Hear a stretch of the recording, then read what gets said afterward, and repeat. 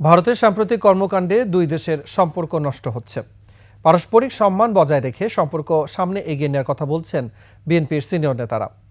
আরও বলছেন, স্বাধীনতা সার্বভৌমত্বের প্রশ্নে যে কোনো হুমকি প্রতিরোধে ঐক্য গড়ে উঠেছে দেশের সব নাগরিকের মধ্যে। প্রণব চক্রবর্তী রিপোর্ট।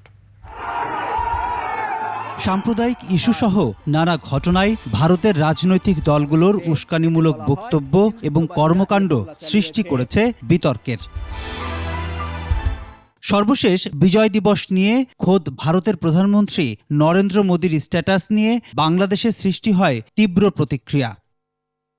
জনগণের আন্দোলনে জাতির যে অর্জন, উদ্দেশ্যমূলকভাবে সেখানে অস্থিরতা তৈরির চেষ্টা বলছেন বিএনপির স্থায়ী কমিটির সদস্য সালাউদ্দিন আহমেদ। জাতীয়ভাবে সমস্ত রাজনৈতিক দল সহ অন্যান্য অংশীজনের সাথে সরকার আলাপ আলোচনা করেছেন জাতীয় ঐক্য যাতে আমরা ধরে রাখতে পারি। ফেসিবাদ বিরোধী যে জাতীয় ঐক্য বাংলাদেশে সৃষ্টি হয়েছে সেটাকে যেন আমরা ঊর্ধ্বে তুলে ধরি এবং জাতীয় স্বার্থ, স্বাধীনতা, সার্বভৌমত্বকে যাতে আমরা সমস্ত রকমের দেশীয় এবং বিদেশি ষড়যন্ত্রের হাত থেকে রক্ষা করতে পারি, সেই জন্য পদক্ষেপ নেওয়া হয়েছে। যেটা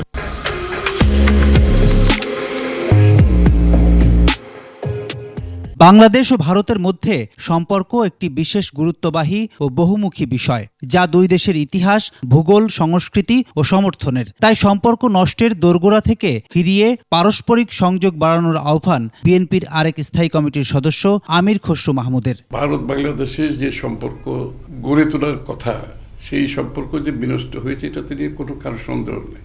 আরও খারাপের দিকে নিয়ে না গিয়ে তারা সেটা আগামী দিনে সেই সম্পর্কটা, সুসম্পর্কটা কিভাবে গড়ে তোলা যায়, সে পরস্পরের সম্মানবোধ রেখে, পরস্পরের স্বার্থ সংরক্ষণ করে এবং অভ্যন্তরীণ বিষয়ে হস্তক্ষেপ না করে কিভাবে দুই দেশের সম্পর্ক গড়া যায়, ভারতকে সেদিকে চিন্তা করতে হবে।